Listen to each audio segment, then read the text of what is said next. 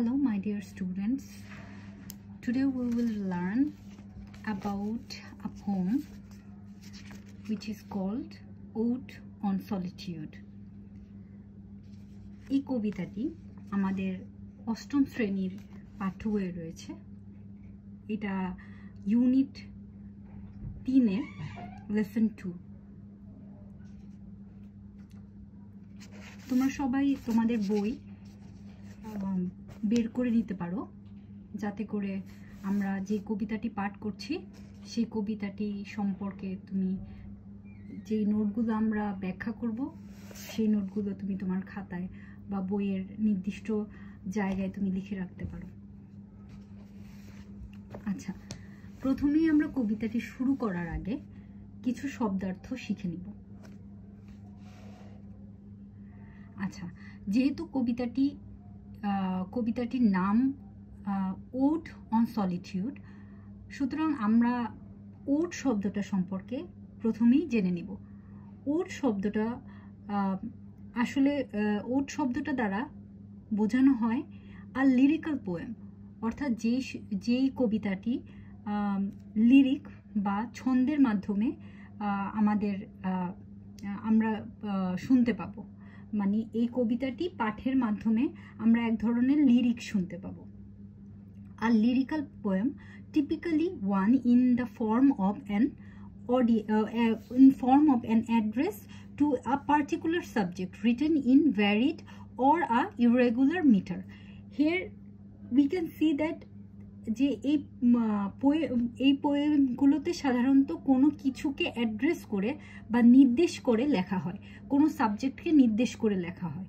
তাহলে এই পোয়েমটা কীরকম হবে? আমাদের লিরিক্যাল পোয়েম হবে, এবং এটি কোনো কিছু বা কোনো বিষয় উদ্দেশ্য করে অ্যাড্রেস করে লেখা হবে। পরবর্তীতে যে শব্দটি আমরা শিখব সেটি হলো সলিটিউড। সলিটিউড শব্দের অর্থ নির্জনতা বাংলায়, এবং ইংরেজিতে এই শব্দটির সিনোনিমাস ওয়ার্ড হলো লোনলিনেস বা স্টেট, অথবা আমরা বলতে পারি the state or situation of being alone. আচ্ছা, বা পেন্সিভ মুডে আমরা যেই সময়টায় থাকি আমরা সেই সময়টাকে নির্দেশ করা হয়।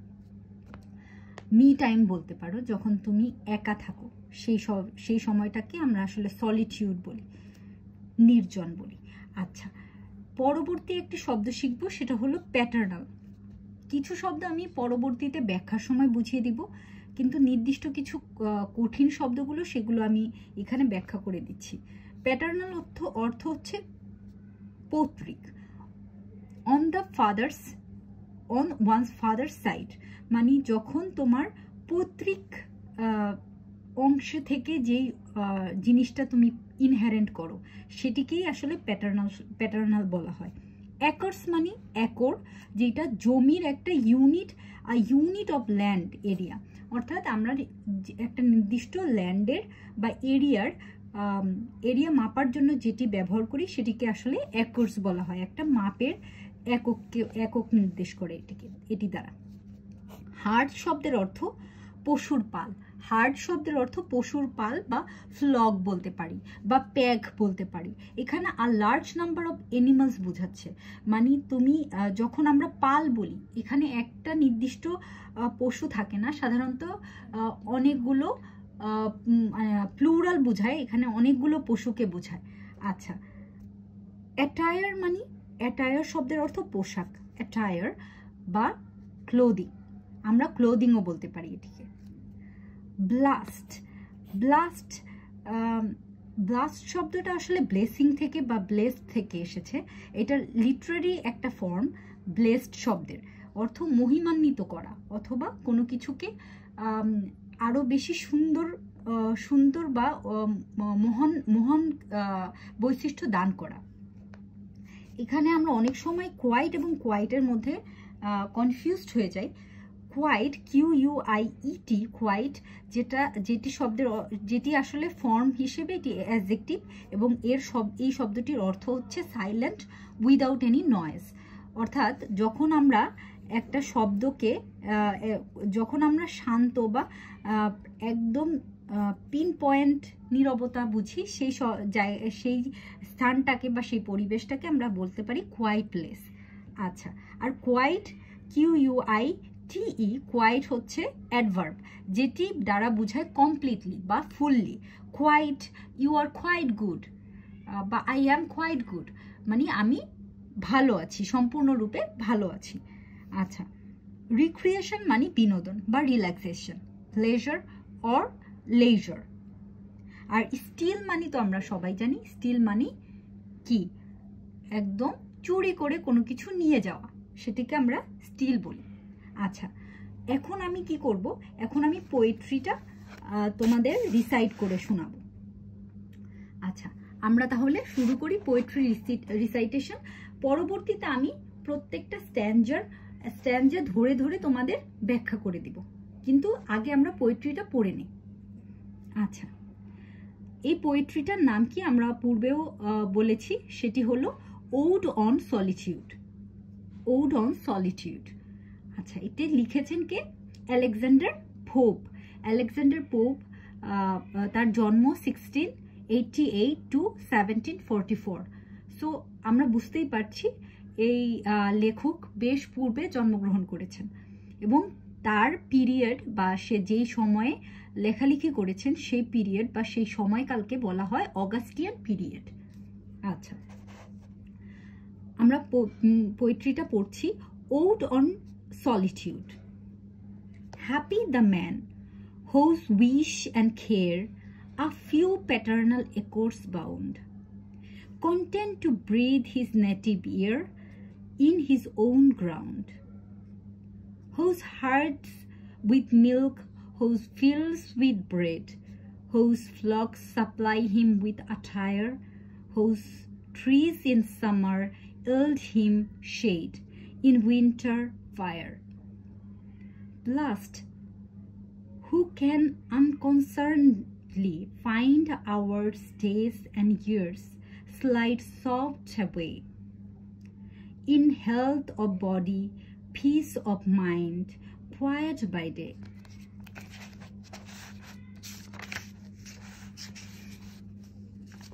Sound sleep by night, study and ease together mixed, sweet recreation and innocence, which most does please with meditation. Thus let me live unseen, unknown, thus unlamented let me die, still from the world and not a stone till where I lie. আচ্ছা, আমরা কবিতাটি পাঠ করা সম্পূর্ণ করলাম। এখন আমরা কি করব, আমরা এই প্রতিটা স্ট্যাঞ্জার ছোট ছোট ব্যাখ্যা জেনে নিই। আচ্ছা, প্রথমে কি বলেছে? Happy the man whose wish and care a few paternal acres bound, অর্থাৎ সেই মানুষই সুখী। Whose wish and care a few paternal acres bound, মানে যার উইশ বা ইচ্ছা বা তার সে কেয়ার করে কতটুকু পর্যন্ত, তার সীমা কতটুকু, তার কেয়ারের সীমা কতটুকু বা তার উইশের সীমা কতটুকু, তার প্যাটার্নাল অ্যাকার্স মানে তার পৈতৃক যে সম্পত্তি সে প্রাপ্ত হচ্ছেন, ঠিক তার উইশ ঠিক অতটুকুই, মানে সে অতটুকুতেই সে কন্টেন্ট বা স্যাটিসফাইড, মানে তার যতটুকু সম্পদ রয়েছে সেই সম্পদে সে কি স্যাটিসফাইড।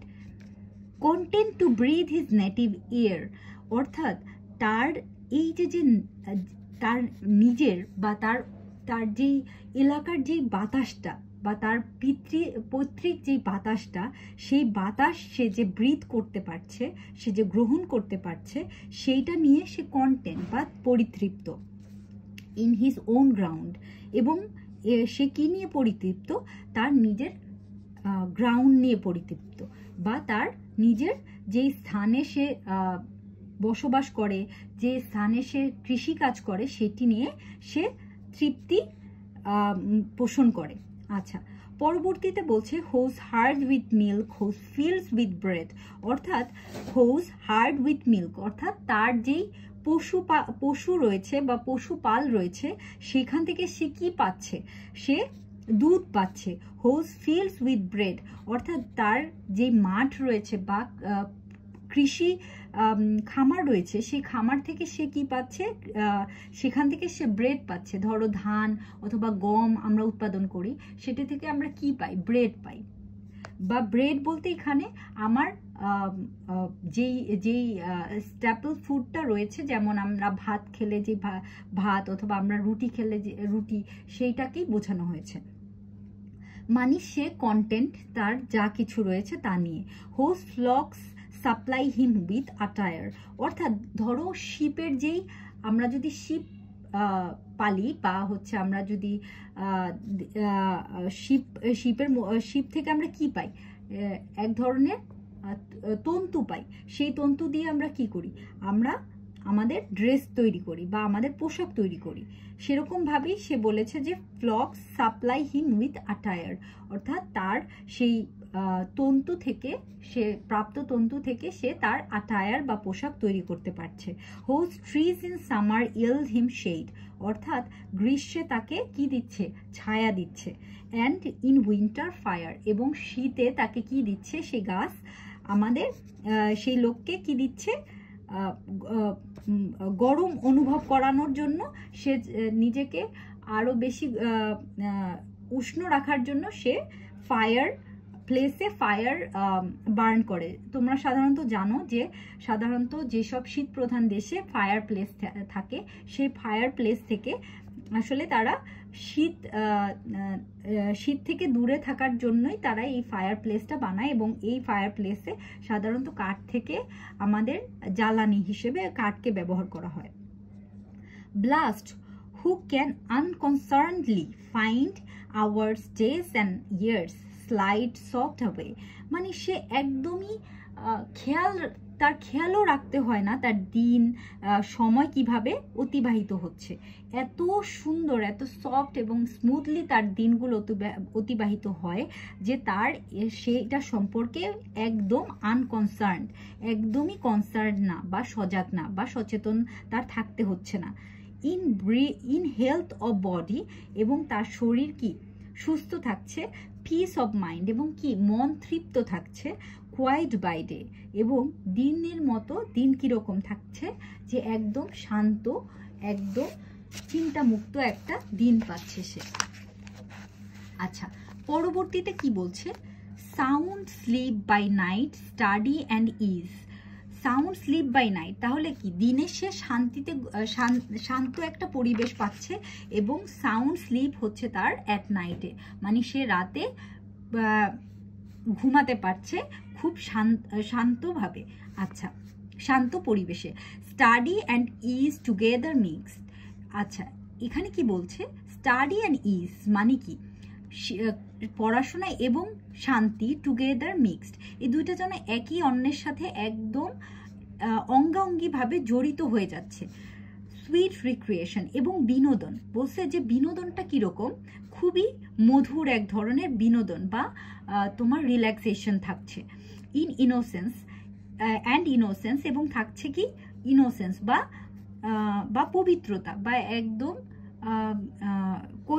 শৈশবের মতো একটা কোমলতা থাকছে।